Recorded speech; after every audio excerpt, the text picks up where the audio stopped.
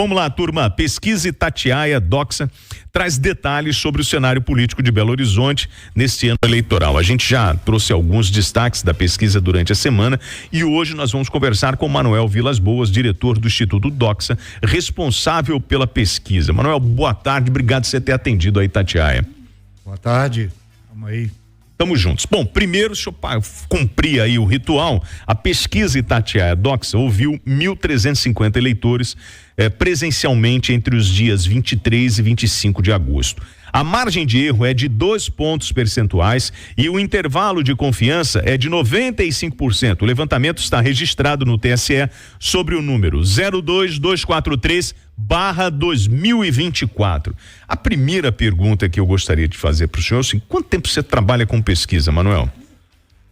Nosso instituto é de Fala bem pertinho aqui no microfone. 1996. Desde 96? Desde 96. Antes disso, eu já trabalhava com pesquisa também, mas, dei aula durante mais de 10 anos, sobre metodologia de pesquisa, então já trabalho com pesquisa de longa data. De longa data. Vocês entrevistaram 1.350 eleitores, divididas nas regiões de Belo Horizonte. Como é que vocês fizeram esse cálculo? Porque tem região que tem muita gente, tem região que tem. Como é que vocês distribuem isso? Olha só, a pesquisa, para ela ser fiel, ela tem que obedecer à proporcionalidade do conjunto do eleitorado, em termos de sexo, idade, escolaridade, renda, e isso dá que nos permite chegar com 1.350 entrevistas um resultado representativo do conjunto da população de Belo Horizonte. Bom, você pode me dar um exemplo? Essa distribuição, por região, também obedece à proporcionalidade. Belo Horizonte estão com 9 chamadas regiões administrativas, Sim. E elas têm densidade eleitoral e densidade populacional diferenciada. Nós temos que manter a mesma proporcionalidade de cada uma delas. Então, o número de entrevistas das 1.350 realizadas no Barreiro obedece à proporcionalidade da população do Barreiro, que eu já te falo já. Qual é a região mais populosa dessas que vocês trabalharam? A região mais populosa é a Noroeste, que entra com 14% do total do eleitorado. E a menos populosa, a Pampulha, com 7,9%. Agora, deixa eu te fazer uma pergunta. Você consegue traçar pra gente o perfil desse eleitor em Belo Horizonte? Por exemplo, qual é o perfil religioso dele? O perfil desse eleitor, a gente, em termos de sexo, idade, escolaridade, renda, são dados do TSE e do IBGE. Agora, além disso, a gente tem a parcela do eleitorado que reside em favela e não favela. O que reside em favela representa 17%. Ele, às vezes, tem posição política ou em relação a costumes ou outras questões mais diferenciadas em relação ao restante da população. E, em termos de religiosidade, os católicos são 46% contra 32% de evangélicos. É possível. Outras religiões 8% e não tem religião 14%. Nessa pesquisa é possível mostrar pra gente essa divisão que você está apresentando do público católico, evangélico, dentro das regionais? Isso está bem dividido? Dentro das regionais, eles são... É que ele está aqui nesse exato momento com o computador buscando os dados da pesquisa para justamente falar com a gente sobre isso. Por que eu estou provocando o Manuel em relação à religião? Para fazer a seguinte pergunta, Manuel: essa parte dos costumes, da religião, ela pode decidir o voto aqui em Belo Horizonte? Eu não digo que defina o voto, mas que tem um peso considerável, principalmente em relação ao eleitorado evangélico, que são 32% do conjunto. Então, um discurso sobre os costumes, ele mobiliza muito mais o eleitorado evangélico em torno dos candidatos que defendem esses princípios do que entre o católico ou aqueles que não têm religião. Bom, dentro dos desafios desses candidatos, o que aparece como prioridade para quem está aqui na cidade de Belo Horizonte? A saúde é a que aparece como principal fator a gente trabalhar em cima disso? Os candidatos provavelmente vão falar mais de saúde. Nós tivemos uma questão, né, perguntando, né, o que é o principal problema de Belo Horizonte, e já te falo o resultado. E aí a saúde aparece. Aparece em primeiro lugar com 30%, depois o morador de rua com 19%, a violência e segurança com 15%, educação nas escolas municipais com 11%, transporte coletivo com 10% e trânsito com 5%. São esses as principais questões levantadas. Eu queria te fazer uma pergunta sobre a situação dos candidatos hoje. Quando o senhor olha para os candidatos que nós temos, todos eles são conhecidos ou existe uma diferença muito grande entre esses candidatos? A diferença é muito significativa. O Tramonte, ele é conhecido por 92% do eleitorado. Tá? E em segundo lugar vem o Viana. Todos dois, né, trabalharam na televisão durante muitos anos. Tramonte mais de 17 anos na TV Record. Então eles se destoam em relação aos demais candidatos. Tem candidato que, né, que tem pouco conhecimento. Inclusive o próprio Bruno Engler. Bruno Engler, apenas 52% do conjunto da população o conhece. Tá? 48% não sabe quem é. E o prefeito de Belo Horizonte, um exemplo? O prefeito de Belo Horizonte aparece em terceiro lugar. Agora, a gente pode falar que 48% da população de Belo Horizonte apenas acertou o nome do prefeito, Fuad Noman. Ou Fuad, né? 52% não soube dizer o nome do prefeito. Fazer uma pergunta para o senhor, porque nesse momento, quando a gente começou a conversar sobre pesquisa eleitoral, veio o questionamento. Bom, a situação hoje em Belo Horizonte, a gente pode dizer que é uma situação ainda indefinida? É possível afirmar isso? Certamente indefinida. É possível afirmar, né, categoricamente, porque 72% do conjunto do eleitorado, na pergunta espontânea sobre em quem votar, não tem ainda um candidato, não citou um candidato. E, né, existe, né, a gente sempre fala que o mais importante nesse momento agora, faltando mais de um mês, né, para o dia da votação, né, são os indicadores. Quem está na frente agora, isso pode mudar, o cenário pode mudar, porque o cenário, inclusive, esses números de hoje são apenas uma referência. Sim. Para mostrar, trazer, na verdade, a pesquisa ela traz para o candidato, né, a situação que ele está no momento dentro da cidade, é isso? Exatamente. E aí eu pergunto ao senhor, a escolha, por exemplo, de um vice, ela faz diferença? Porque a gente sempre fala, né, do papel do vice, né, principalmente durante a atuação, né, na administração pública, mas na campanha eleitoral, escolher um vice faz diferença? Olha, em muitas situações, o vice, ele contribui, né, apenas como força política, para ter adesão de um partido e levantar recursos, mas nesse caso, nessa eleição de Belo Horizonte, o vice está fazendo, né, uma diferença significativa. Nós colocamos uma pergunta no questionário, né, de chapa completa. Teve a intenção de voto estimulada e só com o nome do candidato a prefeito. E uma pergunta estimulada com o nome de prefeito e vice. Nesse caso aí, o Tramonte, ele que teve 29% de intenção de voto na estimulada, ele caiu para 26% com a Luísa Barreto como candidata a vice. Já, né, o Fuad cresceu 1%, tendo, né, o Damião como vice.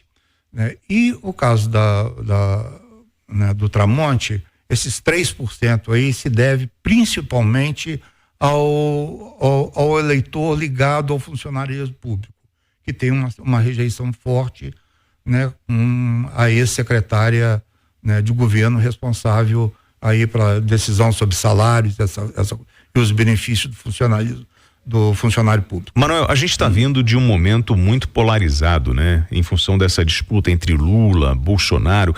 Esses nomes, eles aparecem na pesquisa, e qual é o peso na decisão do eleitor da figura do Bolsonaro e da figura do Lula? Tanto Lula como Bolsonaro, na pesquisa parece que eles são capazes de influenciar 22% do conjunto do eleitorado. Igualmente, Lula 22, Bolsonaro 22. Só que aquele que considera o Bolsonaro o apoio mais importante a um candidato é um voto mais ideológico, um voto mais à direita, um voto mais convicto, que tem uma tendência de transferência para o seu candidato, que no caso é o Bruno Engler, muito maior do que o eleitor do Lula, que é um eleitor de baixa renda, baixa escolaridade, que admira o Lula até mesmo, principalmente pelos benefícios sociais que ele obteve, durante os mandatos do governo Lula. Fazer uma pergunta para o senhor sobre rejeição, Esse tema, rejeição, na pesquisa, como ele se apresenta nesse perfil do eleitor aqui em Belo Horizonte? Um candidato que tem uma rejeição muito elevada, ele tem uma dificuldade de expansão do seu voto muito grande, E especialmente em Belo Horizonte, nós não temos nenhum dos candidatos com uma rejeição que você possa dizer, olha, esse candidato é completamente inviável porque a rejeição dele é muito elevada. A gente não tem isso. Você pega o caso do Tramonte, que é líder das pesquisas, que tem 92% de conhecimento e que tem uma rejeição de apenas 26%. Tá? É uma rejeição considerada baixa.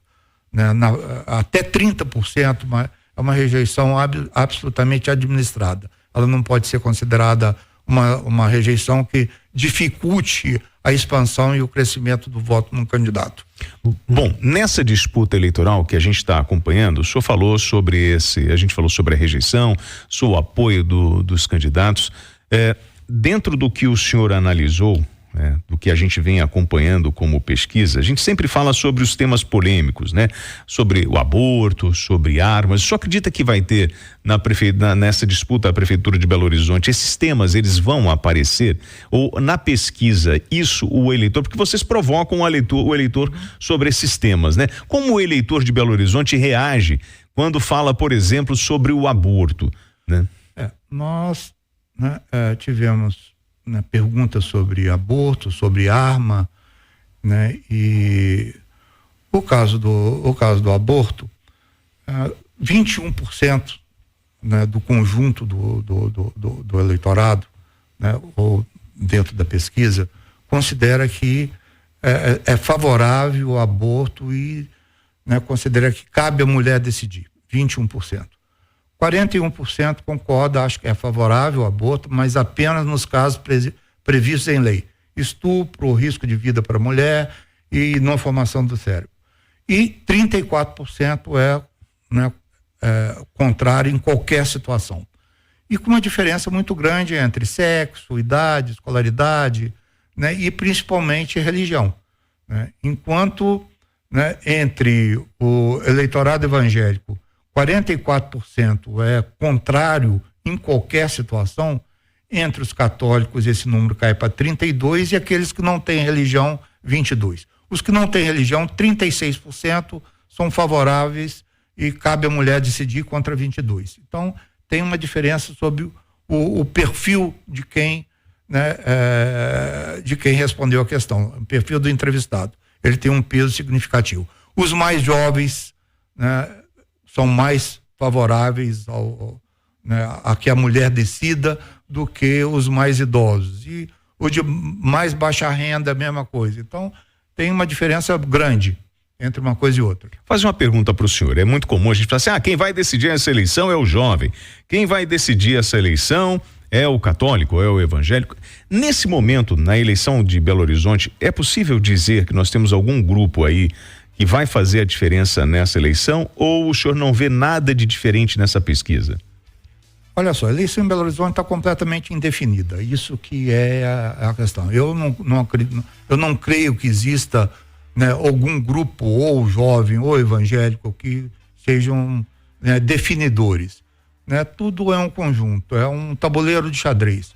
É a força do Bolsonaro, é a capacidade de transferência do Lula, é a aprovação do FUAD, o conhecimento né, de quem é o prefeito de Belo Horizonte, que a grande parcela da população não sabe quem é, né? E para além dos outros candidatos, para né? além Como dos Duda outros Salabete, como Duda, como Rogério Correia, tudo. Então, e a gente tem o presidente da Câmara, né? Também o Gabriel Azevedo. Então, assim, o desafio para esses candidatos, pelo que a pesquisa está mostrando, é mostrar aquilo que veio. É isso? O desafio é mostrar a que veio, sempre que cada um tem, né, uma missão diferente. O desafio do Fuad é mostrar o que ele fez nesses 2 anos de mandato dele por Belo Horizonte. O desafio, né, do Tramonte é ter uma proposta para a cidade. O desafio, né, do Gabriel é demonstrar a atuação dele na Câmara dos Vereadores de Belo Horizonte. Então tá aí o desafio da Duda é defender, né, os direitos do LGBT e as propostas à esquerda que ela se coloca, né? Então cada um tem a sua proposta, cada um tem o seu desafio de convencimento do eleitorado. Bom, eu queria muito agradecer o senhor, né, por esse bate-papo. Essa pesquisa, tem quantas páginas a pesquisa, Manuel? São 108 slides. 108 slides, gente. É um trabalho muito bem feito. A gente está fazendo os recortes, a gente vai atualizando para vocês, né, todas essas informações das pesquisas, mas como o próprio Manuel disse, ainda está tudo muito indefinido. Só acredita então que esse período agora que a gente está começando de propagandas no rádio e na TV é o que vai decidir aí, e a conduta desses candidatos, como eles vão reagir a esse espaço? Esse período agora, né, ele é absolutamente fundamental. Eu lembro de um caso que eu acompanhei, fazendo, na época, nós fazíamos um tracking, aquela pesquisa que você faz a cada 2 dias ou diariamente, você colhe uma pequena amostra do conjunto do eleitorado, em que o Célio de Castro tinha 2% da intenção de voto. No primeiro programa de televisão, onde ele aparece com a família, um slogan que foi, né, muito bem produzido, muito bem avaliado, ele aparece com a família e com o nome de Dr. BH. No primeiro programa de televisão ele pulou de 2 para 8%. Então, né, é esse período agora que de fato os candidatos vão se tornar, né, mais conhecidos pelo conjunto do eleitorado e vão ter oportunidade de colocar suas propostas. Muita sola de sapato, né? Muita campanha política, e a gente vai atualizando para vocês essas pesquisas que vão saindo. Eu queria agradecer, até para vocês terem uma ideia, né, do cenário que a gente tem e o comportamento da sociedade como um todo, como as pessoas estão pensando, né, os seus hábitos, os costumes. Podemos dizer que essa eleição é uma eleição onde, qual seria o perfil, se você fosse traduzir em uma palavra, o perfil desse eleitor que você encontrou aí? Indefinido.